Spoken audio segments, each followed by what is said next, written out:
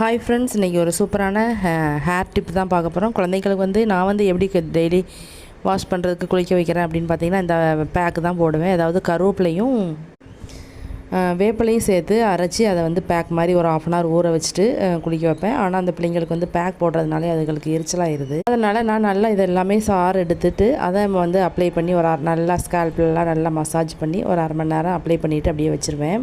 அதுக்கப்புறமா வார்ம் வாட்டரில் அதை கழுவி குளிக்க வைக்கும்போது ஹேரும் பார்த்திங்கன்னா அவ்வளோ ஷைனிங்காக இருக்குது. ஸ்ப்ளிட்டனிங் எதுவுமே வரமாட்டேங்கி ஹெல்த்தியாக இருக்குது. ஹேரை பார்க்கும்போதே பார்த்திங்கன்னா அவ்வளோ ஹெல்த்தியாக இருக்குது. இந்த கருவேப்பிலை நான் வந்து வெறும் 10 ரூபாய்க்கு தான் கரெக்டாக வாங்குவேன். 10 ரூபா அப்படின்னாலும் அதோட பெனிஃபிட் பார்த்திங்கன்னா ஏராளமாக இருக்குது. நம்ம விலை கொடுத்து அதிகமாக பொருள் வாங்குறதுக்கு இந்த கருவேப்பிலை வந்து நமக்கு வந்து நம்ம கண் முன்னாடியே கிடைக்கக்கூடிய ஒரு ஈஸியான வந்து ஒரு பொருள்.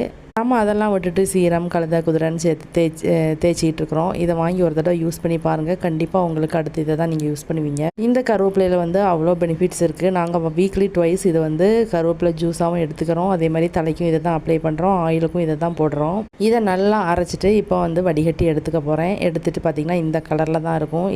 அதை வந்து வேப்பம் கொழுந்தும் சேர்த்துருக்கிறதுனால நம்ம தலையில் உள்ள இச்சிங்கு அப்புறம் டேண்ட்ரஃப் எல்லாமே காணாமல் போயிடுதுங்க. நம்ப மாட்டேங்க, ட்ரை பண்ணி பாருங்கள். அப்படி பிள்ளைங்களுக்கும் இது ஒரு 10 ml போட்டி விட்டுருவேன். அது பிடிச்சாலும் பிடிக்காட்டியும் குடிச்சிட்டே ஆகணும். இது வந்து என்னோடய ரூல்ஸு. அப்புறம் பிள்ளைங்க வந்து இன்றைக்கி பெரிய பொண்ணு வந்து டூர் போகிறோம் ஹைதராபாத்து. நாங்களும் என் தங்கச்சி வீட்டுக்கு சென்னைக்கு போகிறோம். ஸோ பிள்ளைங்க ஹேர் கட் பண்ணிக்கணும்னு ஆசைப்பட்டாங்க. ஸோ இன்றைக்கி வந்து குளிச்சுட்டு ஹேர் கட் பண்ணுறதுக்கும் அப்புறம் பிள்ளைங்க டூர் போகிறோன்னாங்கல்ல, அதுக்காக வந்து பர்ச்சேசிங் பண்ணுறதுக்கும் போகிறோம். ஸோ காலையிலே சமையலை முடிச்சிட்டேன்.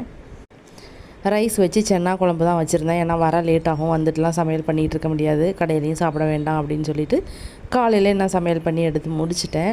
பார்த்திங்கன்னா இப்போ குளிச்சுட்டு அப்படியே கிளம்ப வேண்டிதான்.